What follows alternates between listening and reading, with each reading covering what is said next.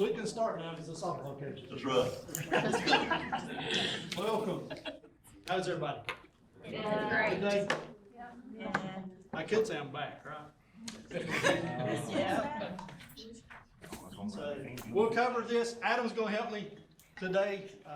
We'll go through it, make it as painless as possible, I promise.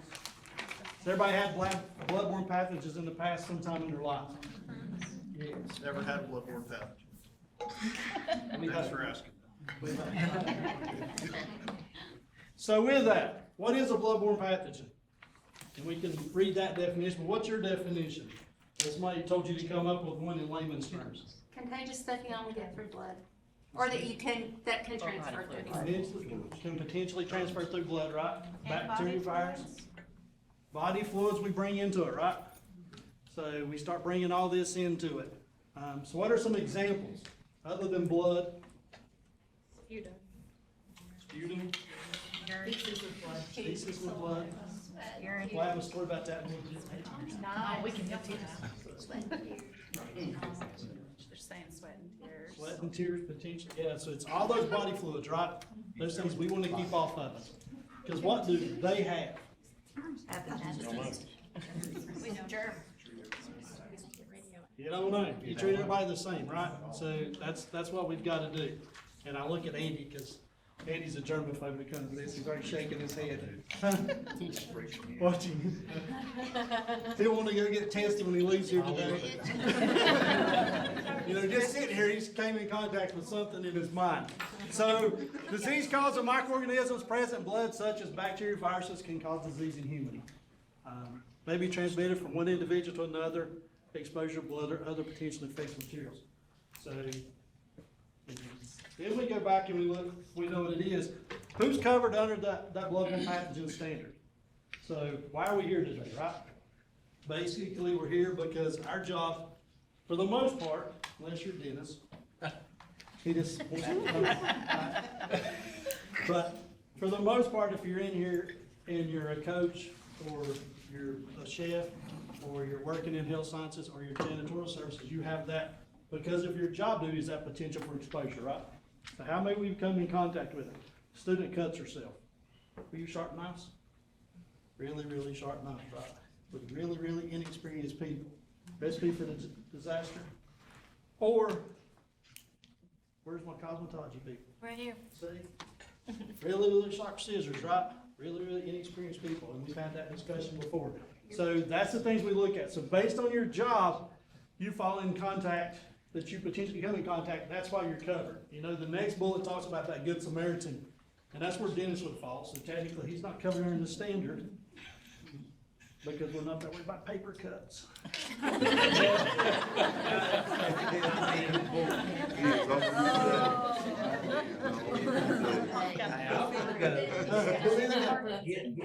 But based on his job, he's not out in the field in an area where he has that risk for exposure or has a student who may become an injury that he may be exposed to. So that's the difference between the Good Samaritan and the other. You know, controlling exposures, the employer's responsibility. You know, they do a hazard assessment.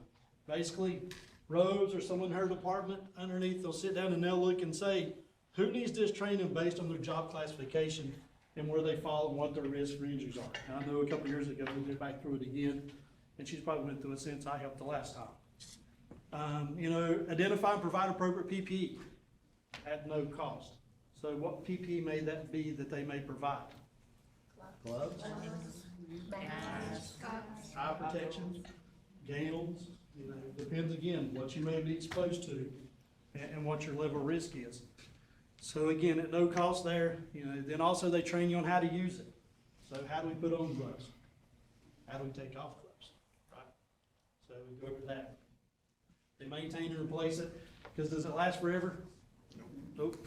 What happens when you put them somewhere to the side? What happens with them? They start breaking down, right? They dry rot. If it's something we don't use daily. And then again, we review and update and evaluate the plan, the PP program. And that's some of the stuff we talked about. Yeah. How do we choose which PP we wear? You know, it talks about fit. The second bullet. gloves, you know, but some people in the medical field, you like a thicker glove or a thinner glove? Thick. Some like thick, some like thin. Some's been there and seen them pop the fingers out and then they draw the blood, right?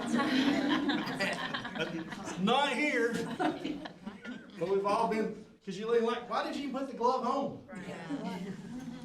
Because I had to have it. That little piece. Huh? Never mind. So, yeah. Why do they do that? You know why they do that? Feel and touch, or they've not trained how to do it with a glove on and took the time to learn that. You know, and we see it in the field, right, Adam? Or we see it even in paramedic class. If you don't make them practice that way with gloves on in class, when they go out in the field, they don't have that feel and touch, right? So we have to look at that. You know, when you talk about safety design and fit, what about eyeglasses? And probably if we put out 15 pair of glasses out here that we had to wear, we'd probably have 15 different of them picked up, right? Because they like the feel of them and the feel of them. So that's something to look at, right? Because what happens if they're not comfortable? What do? We don't wear them, right? Because they rub my nose, they rub my ears, right? So I'm not as apt to wear it properly like I should. Require PPE training. You know, we'll talk about when it's necessary. So when do we put gloves on? Think about it in the classroom setting for the instructors. When, if you're in here and you may have to render aid, when would you put gloves on? Before touching them? Yes. When else may we put gloves on? Before you clean up. Before we clean up, because unfortunately there's a cleanup side to it potentially, right, if there's blood involved. So again, and you see it in the field, if we don't put our gloves on before we go in the room, sometimes we get caught up in it, right? EMS calls, right, Adam? They walk in the door, they all snap, now in the middle of it, and I don't have time to stop to put the gloves on. And you can watch it in the hospital, right? They put them on as soon as they come in the doors. You know, so get in that habit, put them on often so you don't get caught up, because we don't know what those people have that we may come in contact with, right? Or what material we come in contact with. But also, that human side kicks in, and we can say we're not gonna help. But those in the medical field, have you ever had any blood on you? You have to shake your head, yeah. But again, we've all been there, unfortunately.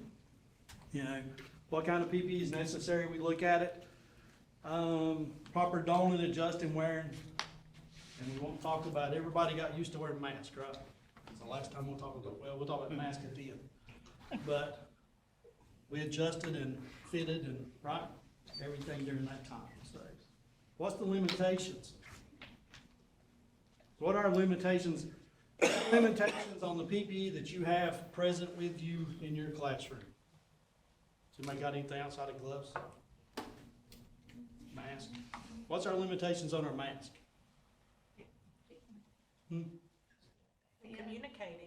Communicating, do they fit? Will they protect you against what you're potentially being exposed to? Possibly. Proper care, maintenance, useful life. Yeah. Truly, if you're not under that disaster declaration time, do we, with your mask, do we dispose of them or reuse them? There was a time we didn't, right? But dispose of. Is everybody's name on this list? Y'all need the list up there? Right back here too. Yeah.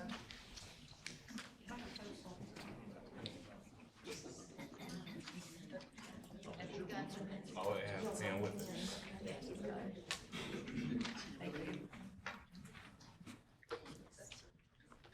So how do we care for them? Appreciate it. How do we think about our eye protection? What should we do for our eye protection? How should we care for it? Keep off getting scratched. Keep it from getting scratched. Because what happens usually, when you get up, put them on, you can't see anything because they're all scratched up, right? Unless you wear glasses every day. You know, those that don't take it for granted. So we're bad to leave them around. I'll pick on Adam. What happened to your glasses probably in your EMS? Were they scratched? Oh, yeah. Oh, yeah. Because you put them in a pocket or somewhere and you didn't take care of them. So things to think about. Disposal. Where do we throw them?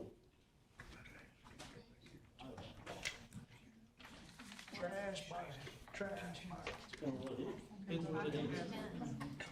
Yeah, Depends on what's on there. it does. You know, and that's where it depends. What's on it, how much is on it? You know, years back, EMS and fire, when they went on medical call, every pair of gloves they wore had to go in a biohazard container. To some fire chief, not this one, some fire chief ended up winning pretty much a legal battle because he says this is ridiculous because it's costing us a fortune disposing of these gloves. So luckily, because probably 99.9% of the gloves they wear have no contaminants on them. So they allow now, and if you watch, if we see a trash can as we go out the door, a lot of times they're dropped there. Or they're just put in normal trash cans. We don't dispose of them any longer that way. So, and it's simply because even after the ruling came out, it's that gray area, we still biohazard them if you got blood on them. But even with that, they said that you couldn't get enough blood on a pair of gloves that they were really worried about when OSHA got involved with it. And they all came over feminine products, the amount of blood there stored there. So they're like, we don't biohazard this, why we biohazard these? So that's where the argument came from. But like I say, we'll still, if you have blood on them, we'll still biohazard. Control and exposure, employee's responsibility. So this is what you have to do. And we do them all every time, right? Do we always wear our PPE properly? Yes, we always do. Sure we do. Rose is in here. Do, don't we? Please do. Because what happens if you don't? There was no point in wearing it. If you're not wearing it properly, there's really not a use to wear it. And then when you fill out that report after you're exposed, they're gonna say, well, keep everyone properly, and you're gonna have to no anyhow, so. We don't want that. You know, what can happen to us if we don't wear them? We may come in contact with something we don't want to come in contact with, right? Because do we have a nick on our finger, maybe that we're not aware of, and we go help put a Band-Aid on somebody who's bleeding? And now, we're exposed, right? And now there's a lot of paperwork to do. The technology lady's coming. I just come back and you. That's all right. You never have to make. Yeah, so wear your gloves. You're in somebody's face, wear your mask, right? Wear eye protection, right? The people talking, sometimes don't. Get out of your personal space, right? So, you know, we have to watch for that. You know, attend training, that's why you're here, right? That's why she passed a list around, in case you're wondering. Adam said, is this like when they're making a roster for it? Yep, this was the requirement. So Rose has to check it off and hunt the ones down that didn't come today.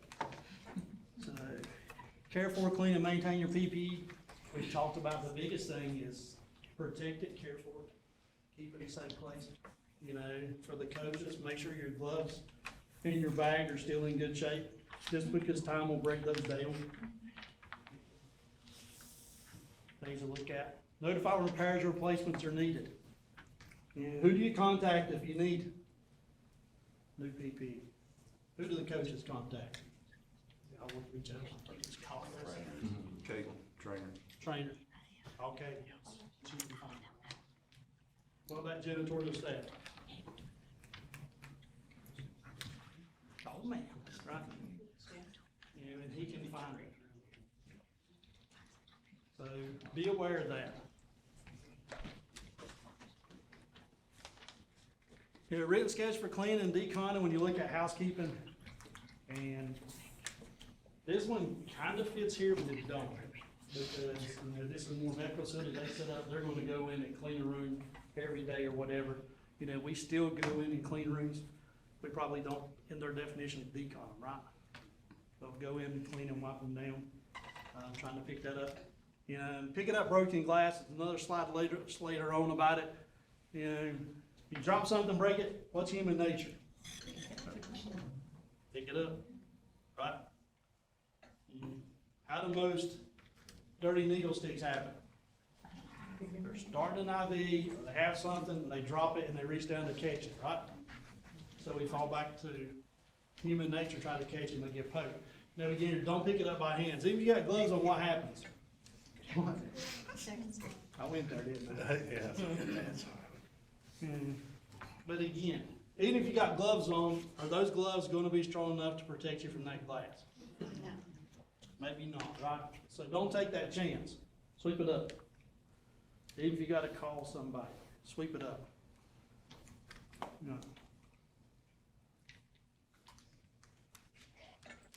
Here's a picture, you see the blood in there, right? So, if we have that today in our classroom, what are we gonna do? Put on gloves. Are you gonna clean up, or are we gonna call housekeeping to clean it up?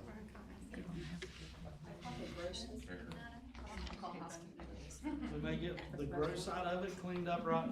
Because they have access to some kits that aren't in the classroom. And that's the thing you need to remember before you start cleaning up. They do have access to clean up spill kits to help in that process.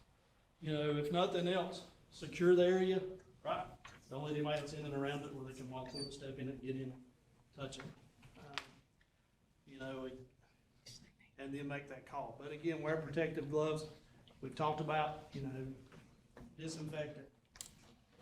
Y'all may have a special disinfectant, right? If not, we can use bleach and water, right? Quarter cup to a gallon. You know, some of the equipment you use, it may tell you what you can use on them, so be aware of that. I know we had cosmetology, we had a discussion on that last time, I remember a few years ago. We can't use bleach. See, I knew we had that discussion, see, so go back to whatever your equipment says you can use, or your guidelines say you can use. Y'all use the German side? Yes. No. Clean and disinfect the area, the equipment. And how hard is some of this equipment potentially to disinfect?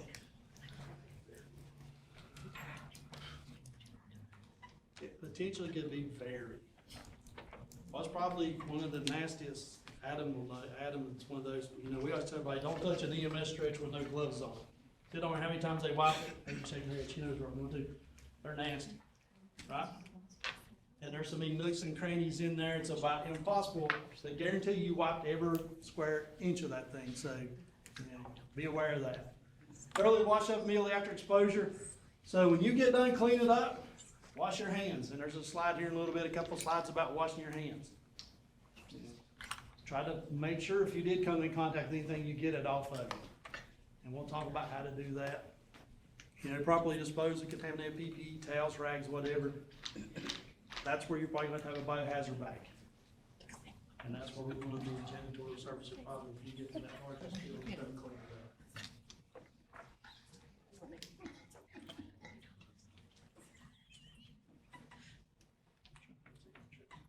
Control plan, you know, there is a written plan. It was on the My CCNTI last time I looked, still there. So if you want to go through and read it, the plan is online. You know, it is reviewed annually. They look at different parts of it, you know, to make sure, because standards change, technology changes, jobs change, you know, technology eliminate or reduce exposure.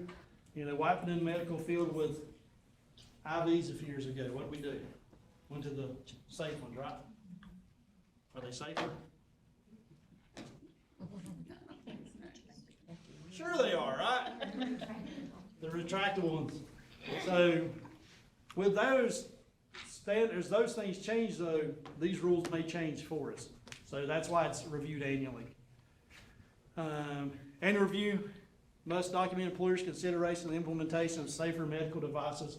You know, so if we say we're going to use, again, here it's a little bit, we depend on what external agencies and future employers recommend too on this.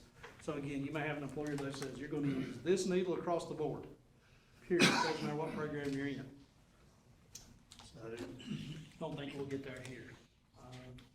Must solicit input from potentially exposed employees, you know, in the identification, evaluation, or selection of engineering. So if you are exposed, heaven forbid, the next time Rose looks at the plan and the safety committee looks at the plan, they may come and say, hey, in your case, what would have made the situation where you wouldn't have been exposed? So we try to learn from it, right? And as I said, plan must be accessible to employees. And training requirements, we gotta do it at no cost, right? So we don't have to pay an admission fee. That's part of it. It's gotta be during your normal working hours. All those nice things OSHA puts in there. Provide the time of initial assignment and then at least once annually thereafter. So in your first few days of employment, this is one of the topics somebody should go over with you and give you your overview. And if we've got a new task that's came on board or something's been modified in the plan, they should reach back out and give you additional training. And then Rose will keep these training records for 3 years. Things we'll talk about through the day. You know, probably the biggest one, that live question and answer session, as we've tried to get to an online environment. That's one of the things that OSHA still kind of, you've got to at least be able to ask questions after you do the online component to a live person. So if you have something that really needs to be answered, so you still have to have that online component. Exposure incident occurs when the individual comes in contact with blood or other body fluids to which universal precautions apply through percutaneous inoculation, needle stick, contact in open wound, non-intact skin or mucous membrane. So we get some of that stuff we don't want in some of the right? Or, you know, and we think needle sticks here, but we only have to worry about it in the classroom clinical setting now. Could it happen, unfortunately, in today's society anywhere on campus? May we find a needle? Be aware. You know, as you stick your hands, clean it up, you know, be cautious about blindly sticking your hands in areas now. So we may get that unfortunate needle stick. You know, OSHA, again, is the one we look at. North Carolina's an OSHA state. You know, they do their own inspections. Universal precautions, what's your definition? If it's not yours, don't touch it.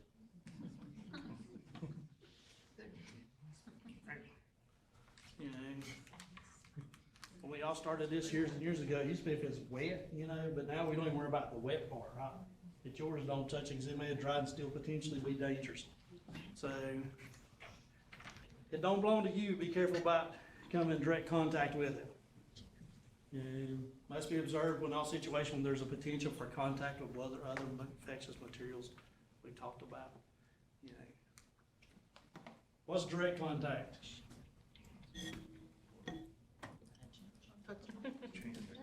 Right. My cut to your blood, and now it's going on, right? So what's indirect contact? Doorknob. Doorknob. So stuff, how long stuff live on doorknobs? We don't want to think about it. Let's just go there. We don't want to think about it. Respiratory transmission. That's the scary one to me. Why? You can't see it, and everybody breathes, and you don't know who's in the room with you. Right? The other ones I can protect myself pretty easily on a daily basis. That was a little harder, because you don't know who you're sitting beside at the movie theater Saturday night, right? For 2.5 hours during whatever movie's playing. And then you go home and start feeling bad. So, vector-borne. Needle sticks we talked about. There is a risk, probably more so for those in the clinical setting. And does it happen to senior people? It can, right? It's not always a new student or a new employee. It can happen to a senior person. So just be aware of it. Cuts for contaminated sharps. You know, we talked about the glass earlier, right? What else may cut us? Metals. no power equipment going, right? Maybe, right? So, maintenance ever been cut or scraped or never, right? That potential never there. And the problem is if you're not the first person to get cut by it, right? That's where the contamination happens, with the second person. And then in contact with mucous membrane or broken skin, contaminated blood. Freaking out yet, Andy? Good. So who runs the risk? Is that a lot of you all in this room?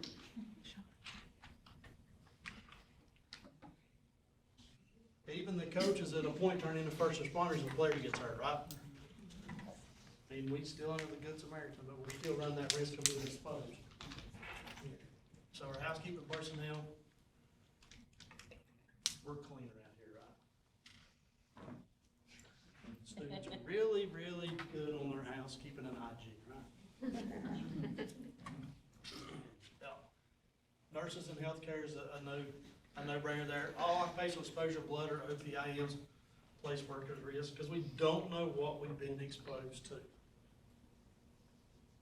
Yeah.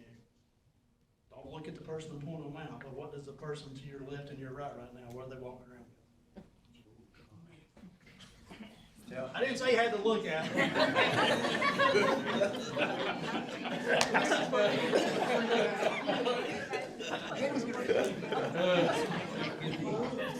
Clean, I promise. Whatever.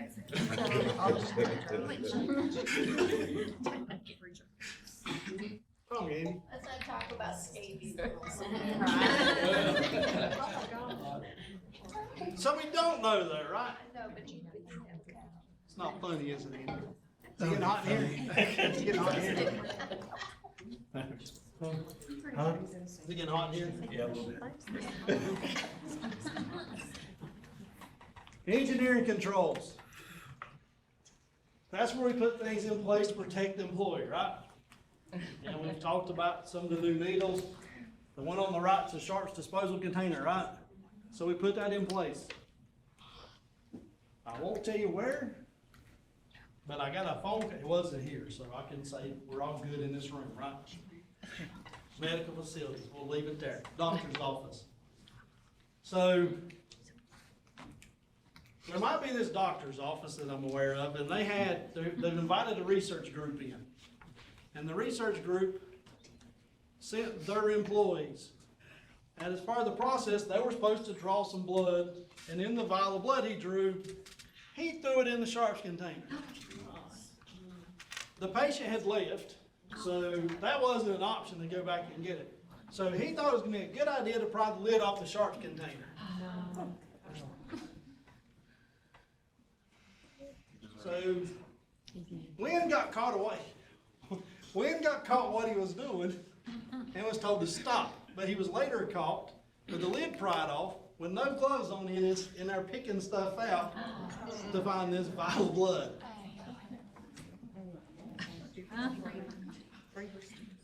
Yeah, stupid. It wasn't bravery. It was stupid. So he was told. Hey, Mario.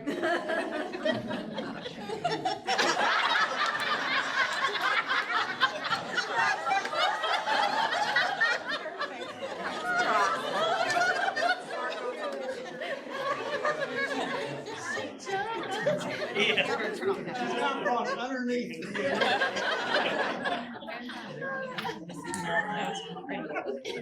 So, that wasn't their employee, so when he was confronted, he goes, well, my boss at the research place told me I need to do this. Well, they said, but you don't need to listen to your boss when it comes to safety in our office. So, people are that stupid. Yeah, unfortunately, even if we put these in place, they'll still pry them and do whatever else, or try to get one more out, or get up our players to get something back out. So it's kind of like wearing your PPE. It's on you. You know, if you stick your finger and get stuck, not a good day, right? Because one, which one of those needles stuck you? Huh? Right? So, and we'll talk about it a little bit here in a little bit about the process post-exposure if you're stuck, what you'll go through, and you're not going to. But if nothing else,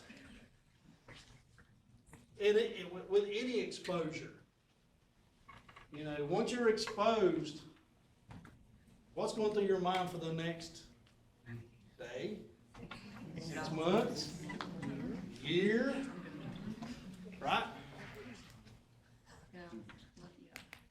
So be aware of that when we try to sometimes get around these mechanical devices put in place to save us. And I know it's machine guard in the same way, right? We try to make our life easier, but it's really there for a reason to protect us. Controls reduce the likelihood by altering how we attach performed. You know, wash our hands after moving glove. Do we do that? Sure we do, right?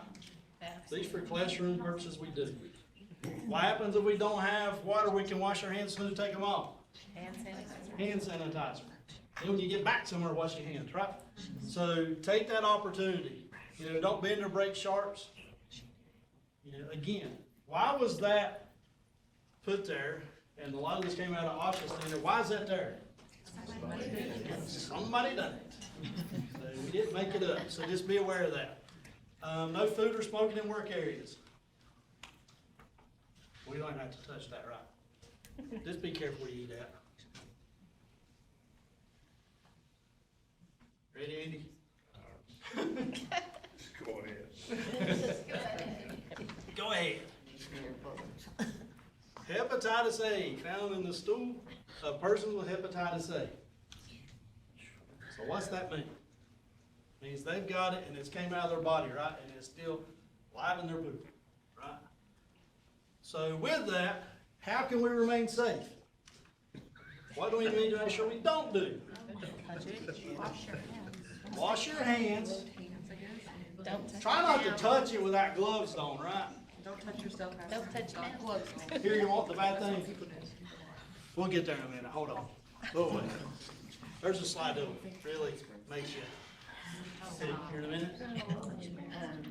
Spread from person to person by putting anything that might have been contaminated with the stool of a person. That will go in here. So, let's say you go to the family, your favorite fast food place. I know they can do that again for months. We have really, and I'm going to Andy and Adam, and Andy may not realize it, we have a really, really close friend of ours who got this at a local restaurant, pretty sure. And lost probably 30 or 40 pounds and turned all different kinds of colors and everything else for several months, right? Nasty, nasty, sick as could be. So, the problem is, and this is why Andy has a hard time with his classes, no matter what you do, you can't prevent all of it, unfortunately. We can do the best we can with washing our hands and wearing our gloves and doing what we should do, but unfortunately, that part we can't touch, right? Because we don't know what we were exposed to.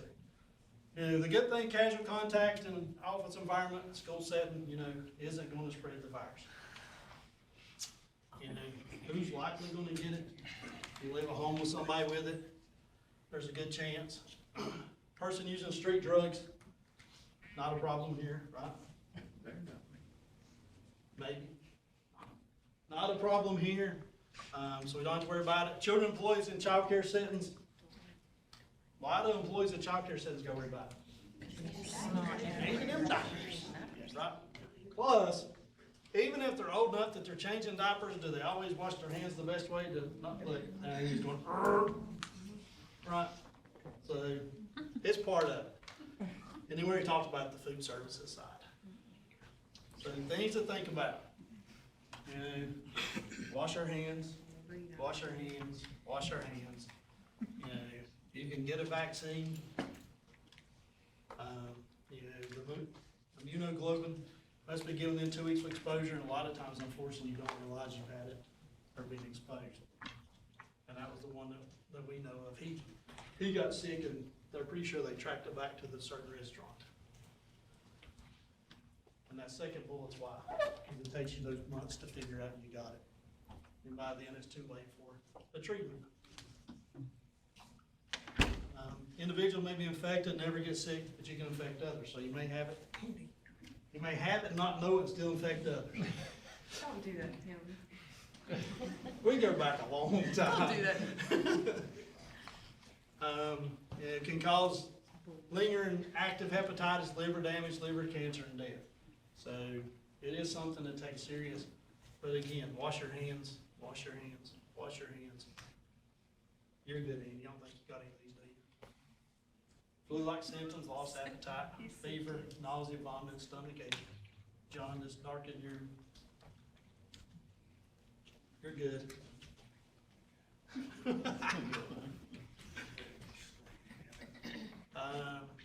Once you've had it, you can't get it again. That's a good thing, right? You may suffer for a few months, but you can't get it again. And again, another statistic, about 50% of people infected have prolonged relapse in symptoms over 6 to 9 months. So remember those symptoms, think that 6 or 9 months of those symptoms. Hepatitis B occurs when blood or body fluids from an infected person comes in contact with a person who's not infected. You can prevent it through vaccine, and they're doing it now in 5th grade, 6th grade, 5th, 6th, 7th grade. They're doing the series now. You know, the older group, they used to, when you got into emergency services or healthcare, they say, hey, you had the vaccine. Nope, you want to take it? You don't get it, and we'll talk about it. You got to sign a declination. If not, you take 3 shots. And now they're doing it in elementary school. So they're trying to catch it early, which is a good thing. Hepatitis B is not spread through food or water. You know, sharing eating utensils, breastfeeding, hugging, kissing, coughing, sneezing, it's blood. So, vaccination requirements as an employer, they gotta make you aware that it's an option. They make it available if you're in that job classification, and they make it free to you. Like I say, it is a series. You know, if you don't, if you sign a declaration saying you don't want it.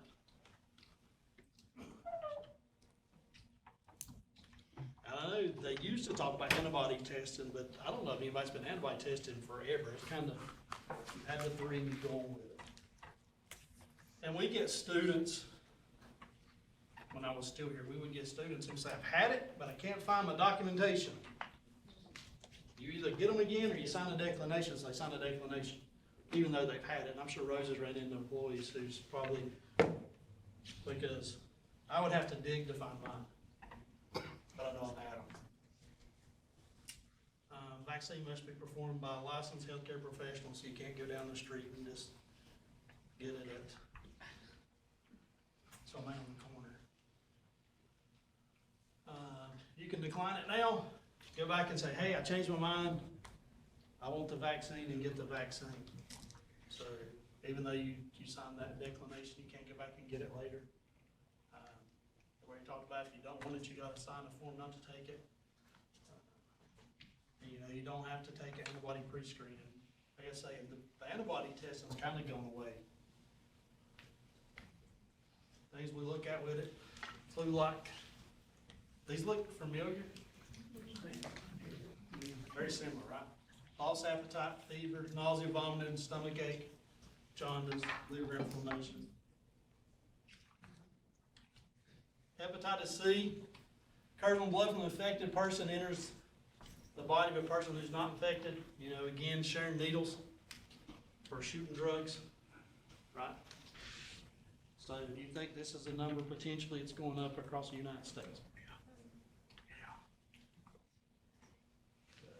Unfortunately. So that's why we put these exchange programs in place, right, in some cities where they exchange dirty needles. And they're trying to curb the spread of hepatitis C is one of the reasons too.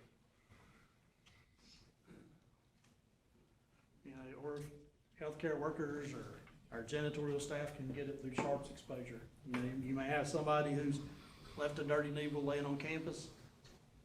You pick it up and get stuck. You may get hepatitis C that way.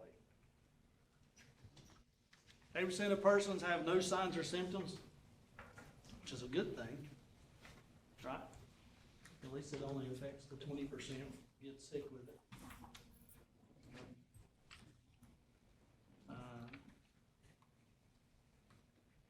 Again, the bottom bullet, death from chronic liver disease, 1 to 5% of infected persons may die. So it's relatively low mortality rate compared to some other things we run across. You know, no vaccine, or no treatment to prevent it.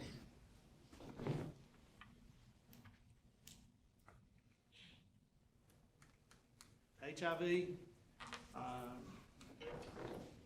and this one I think everybody's educated to death on, right? Because we've now lived with HIV for so long. You know, incurable. You know, it can take up to 10 years before you realize it. Can you cure it? And it says you can, right? The magic cure it. It's undetectable because they lower the T cell count to where when you scanning technically doesn't have it, but as soon as he goes off his medication, it comes back. So what does magic have? I'm pretty sure nobody in this room, including me, has. Money.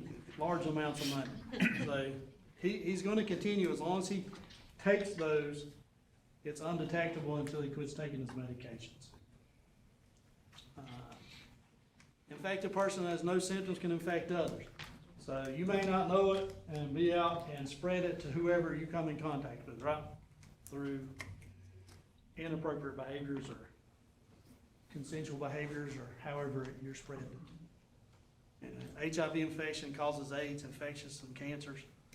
And then occurs when blood or body fluids from an infected person enters the body of a person who's not infected, just like the other ones. Symptoms, again, similar to the other ones. I mean, they start having similar constant fatigue, flu-like symptoms, fever, sore throat, swollen lymph nodes, lost appetite, weight loss, diarrhea. Where can we not get HIV? Right? We can eat our food and we're okay, right? Someone has it, fixes your food, you're not gonna get it. You're not gonna get it from water fountains. Not gonna get it from toilet seats. Not gonna get it from telephones, insect bites, casual contact. So again, normal day-to-day reasons, we're not gonna get it. It's not gonna be transmitted to us. Ugh, that's just wrong, isn't it? Yes. Any organism that causes disease is spread throughout the environment via the air, airborne pathogens. So how do we protect ourselves? Get away from wrong. Wear a bubble. Wear a bubble. Wear a bubble. You might have to, right? And that's why I say this is the one that really bothers me, because the other ones I can protect myself for the most part. This one's a little harder to do.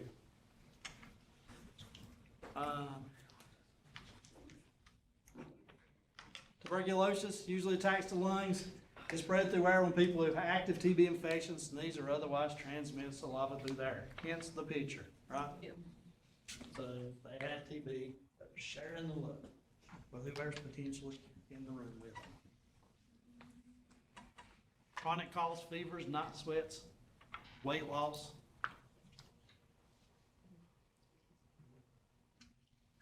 And preventions, vaccine, and it was quick to note that it's not widely used in the United States. Basically, the countries who have a high TB population is where the vaccine's readily available in use. So, mask self and patient due to airborne droplets.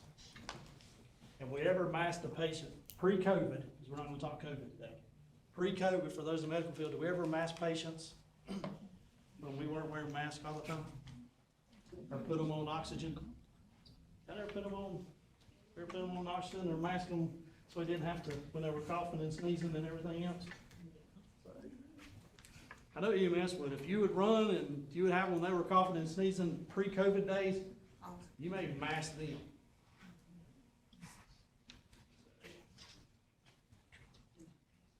And that's okay, right? We're trying to prevent that spread. Avoid close contact, kissing, hugging, sharing, eating, or drinking utensils. Talking to someone within 3 feet, so you may like their personal space. Used to be a lady that worked for North Carolina Emergency Management. And if she would come and sit down and talk to you, literally, she would you would be there, and you'd back up. She'd step, and you'd back up. And one day she had me, I was on a table and she was like, look, you've got to back up. Get out of my bubble and leave me alone, because she would stand here and talk to you within a foot or so of your face. So, back up, right?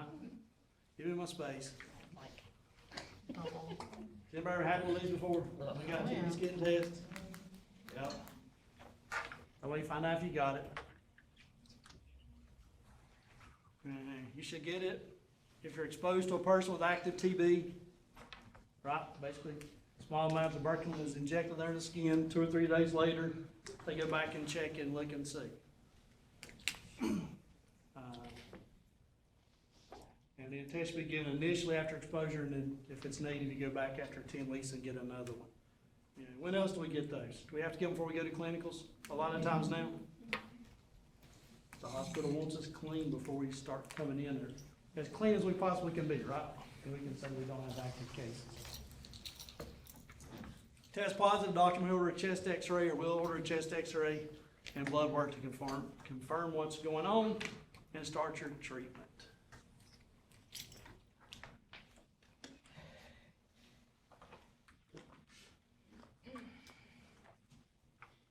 These are the statistics.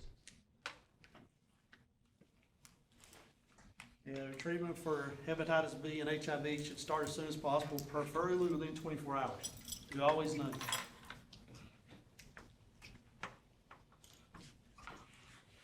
We always know we've been exposed. No.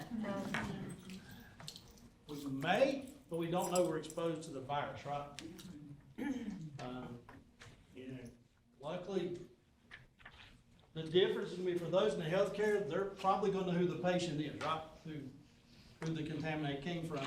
So at that point, through other processes, we can start testing them.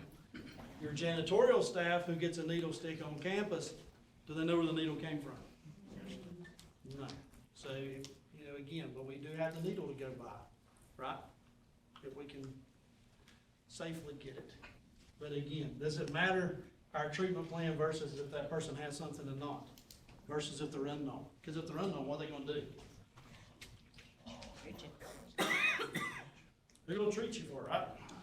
So we can prove otherwise. So, do we ever not know on the medical side what the patient may or may not have? You can sometimes get into, we can't find out. It's a little harder to find out what they do have, so yeah. Exposure follow-ups, hepatitis V, hepatitis B, no follow-up unless symptoms appear. C, antibody and liver enzymes as soon as possible, and then 4 to 6 months after exposure, they're going back and checking. And HIV antibody as soon as possible, and then periodic for 6 months. So HIV is one that you have a lot of tests with.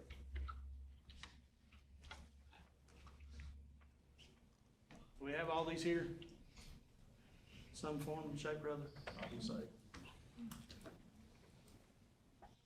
Yeah, and we talked about this. So some of these we already talked about. Wear your gloves. And I know they're a pain. We can't feel with them. They're uncomfortable. Days like today, can you get them on if you're outside? You get a little bit of sweat in your hands, and they go on. No, you have to size up, right? And then you can't do anything because they're almost falling over once you do get them on. Yeah. Barrier devices. So am I going to do mouth-to-mouth on Andy? Absolutely not. Not going to happen. We're going to put a barrier device in place, right? You're going to die. I believe I'm right.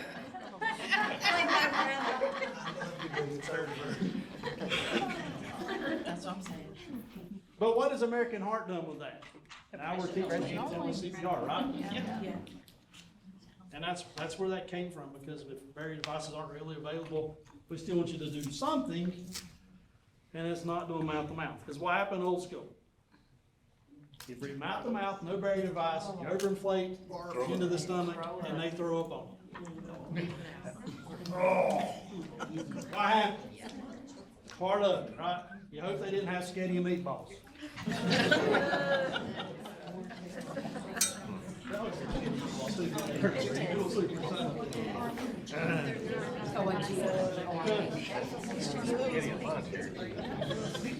Hand sanitizer.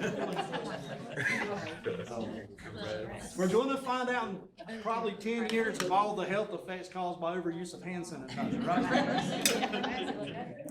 You don't have hand sanitizer now, it's your own fault, because there's an abundance of plastic. And then wash your hands, wash your hands, wash your hands. Yeah. How do we tell them wash your hands, Marty? How long? 20 seconds. 20 seconds. Suds for 20 seconds. That's for second. What song do we sing? Happy Happy birthday. birthday. Saying happy birthday, that's how long, what, I mean. That means, Yeah, for the alphabet. yeah, that gives you enough time to amply wash your hands. Not like a So make sure you get the front, back, the fingernails, inside the fingers, because then the next slide shows where we missed. So the dark colors, the areas of your hand that are most often missed when they go back and look at people who say they wash their hands.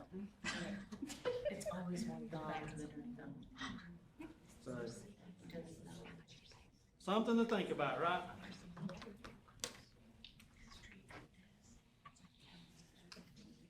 And then you go back and think, when you shake that person's hand, are they a hand washer or not?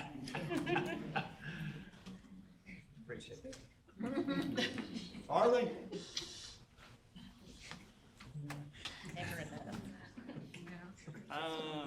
PPE used anytime there's a risk of exposure. I think we beat that horse to death, but again, wear your gloves, wear your gloves, wear your PPE. You know, dispose of it in regular trash, if not soiled, we talked about. If it is soiled, put it in a red biohazard bag. You know, and then make sure you properly disinfected to clean the area. And again, depends on what surface you're cleaning as to what you may or may not use. Why do we not use it? We get out of habit sometimes, right? True. If we're in a lab setting, we may not wear them for a few minutes and we get out of that. Or we do 90% of our job not in gloves if you're janitorial staff, right? So you may realize, oh crap, I didn't put my gloves back on or something, right? It happens, we're human, but again, it talks about slow down. You know, but again, does it cause you to slow down? How long does it take to put your gloves on? Because the first one always breaks. Usually medical gloves, the first one always breaks, right? You break at least one out of every few, so. We already talked about its interference. You know, we forget to use it, we just talked about. Not available to locations needed. Because I'm on the 3rd floor of H building, and the gloves on the 1st floor of H building, and I don't wanna go back downstairs, right? That ever happened? Possibly. And a failure to use it is an OSHA violation of the OSHA standard, and then it's against Caldwell's policy. So we'll put that in there. Gloves, they should be appropriately sized, but also remember if you're using cleaner on them, it may break them down, right? So the cleaner you use daily may start breaking your gloves down, so just be aware of that. Don't try to wear them too long. Disposable single-use gloves should not be washed and reused. I don't believe that, other than cosmetology people. I've seen y'all. You Seen take- us what? Not y'all, but I've seen the cosmetology group, they'll reuse them gloves when they're coloring hair. Sometimes we have reusable gloves. They're black and you can wash them. But now we don't reuse our gloves when we're cleaning our stations or disinfecting the tools. Yeah. So make sure you know the difference in glove, right? Right. So, and again, that's what you get into, is make sure you're aware of it. Don't reuse it, don't wash it. At least they don't have powders in them anymore, right? We got away from the powder days. Y'all remember the powder days? Then you have powder all over you every time you get them on?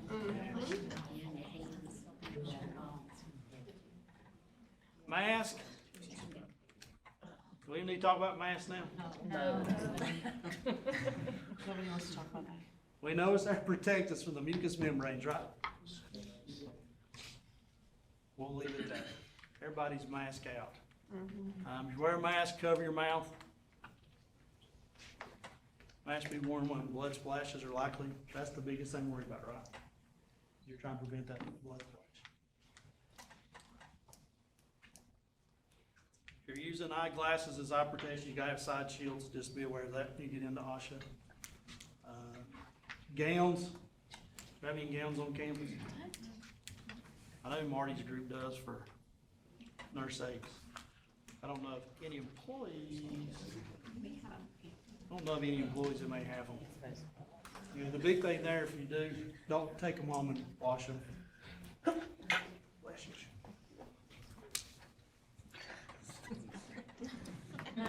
Here's a sneeze.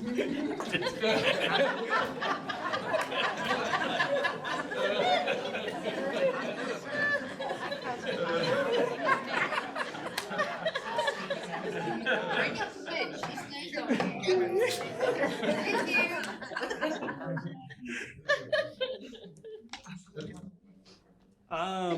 Five ways to prevent needle sticks. Real quickly, plan safe handling and disposable foreign procedures. You know, plan what you're gonna do with that.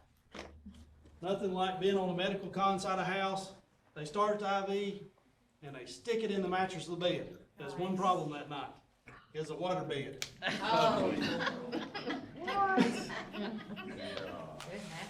It happens.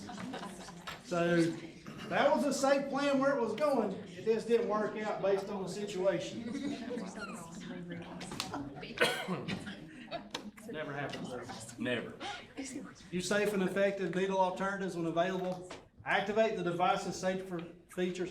You know, probably the biggest thing there is practice with them beforehand and understand how they operate. Don't wait till the first time you actually have to use one to try to figure out how to operate it. Immediately dispose of contaminated needles in OSHA compliant sharps containers. So what does EMS carry? They got a little sharps container about that big that they carry now, so they can drop them down in there. Hence why they don't touch holes in water beds anymore. Hey, Norman, and so where does that container go once it's full?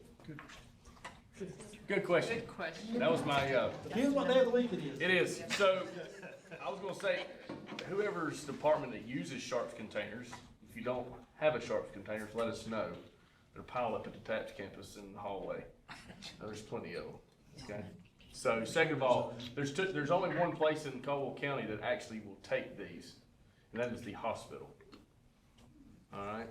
So, behind the hospital is a biohazard building that you can go and drop this stuff off at and actually dispose of it. And lots of times what happens is we'll just take them and put them up there and leave them, but that's where actually the drop-off point is it behind the hospital. Even the biohazard red bags, you can drop all that off behind the hospital. Do you need paperwork? So no. Yes, ma'am. I live in Winston, so which hospital here? I didn't know what she said. UNC Caldwell. UNC Caldwell. UNC Caldwell, okay, thank you. So they should not end up in household garbage. They should not. As far as sharps container, Sharps container or the red biohazard bags. They should not. they should not. They should not. Now, we have calls before, and they told us to wrap them in duct tape, throw them in the dumpster. Okay, well, I Per get all Austin's kinds standards. of mixed answers. Per the standard, no, but, per the standard, no. And I've, and also if you got a diabetic at home, where they probably put their needles at?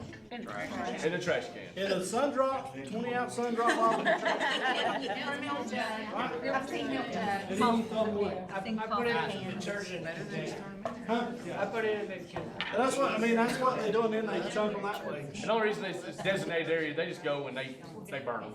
That's all it is. They have a company that comes by and takes care of that. So when you go like laundry in the hospital, you know, it used to be a lot of hospitals done their own laundry service. They got away from that now. They have a service that comes in and gets it. So they distinguish it from the biohazard versus that. And the biohazard just gets thrown away. The drop-off point is at Caldwell UNC Health in the back there. Kinda like asbestos, Herman. You got what the standard says and what really happens. At best, you put it in garbage bag, they will. And there's many a times that you'll see them piled up somewhere. As long as they don't know what it is. They don't care. They don't care. They're supposed to dig it on hold. No, as long as it's in a bag. Supposed to double bag and dig its own hole and everything else. If you're dumb enough to make dust and put it in a bag. The red bags they're a whole lot thicker, of course, just, you know, thicker. They don't don't wanna buy the hazard bag, they want a contract bag. That's right. Not the hazard bag. That's right. Bag. That's right. If we have an exposure, what we do, wash the exposed area with soap and water. You know, if it's in your mouth, nose, flush it, right? Irrigate the eyes with water or saline. Report the exposure to who? Supervisor. Supervisor and HR need to know, right? And from there, Rose will direct you to your healthcare professional. You know, some things to look at, they're gonna try to find out, you know, how are you exposed? Who the individual was that you got your exposure from. So hopefully they can test whoever you were exposed from and see what they have potentially. You know, post-exposure information. Counseling, you think counseling's gonna be important? Get a dirty needle stick from somebody with something. You don't wanna talk about a mental game. Cause you don't know, you know, what am I walking around with now, right? So, you know, counseling is really, really important. You know, treatment should begin as soon as possible, at least within 24 hours, but no more than 7 days after exposure. Gotchas, finally reaching into containers. Never assume that any bleeding is under control.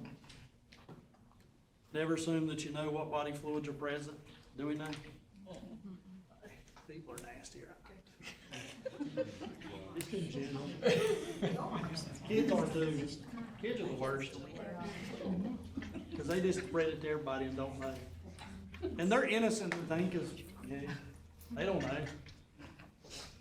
Clean up, contaminated items should not be cleaned in normal ways. You know, we talked about cleaning, make sure you use the cleaner of choice based on the area that you're trying to clean that will kill the bloodborne pathogen we have present. You know, we talked about the special cleaners depending on where you are, cosmetology has their own. I always ask for instructions if unsure for cleanup procedure. If you don't know, ask, right? Because it's better to ask and be safe. You know, again, it's kind of like if you're in an area, secure that area, call and ask for help to make sure it's done safely, because the goal is everybody goes home safely and don't take anything home they didn't come to work with, other than a paycheck. Right? It's okay to take a paycheck home, but you want to take this other up. Again, identify the area, put on your PPE, clean the area using specialized cleaning products, dispose of any contaminated materials in a safe manner, decon your equipment that was used during the cleaning process, verify it was effective, and then remove PPE and dispose of it properly. There's your hazard bag, right? We've already talked about that. It's supposed to be, like I say, that's that gray area. We know what the standard says, but we know where sometimes we're also told to take it. Already talked about that. There you go. Any questions?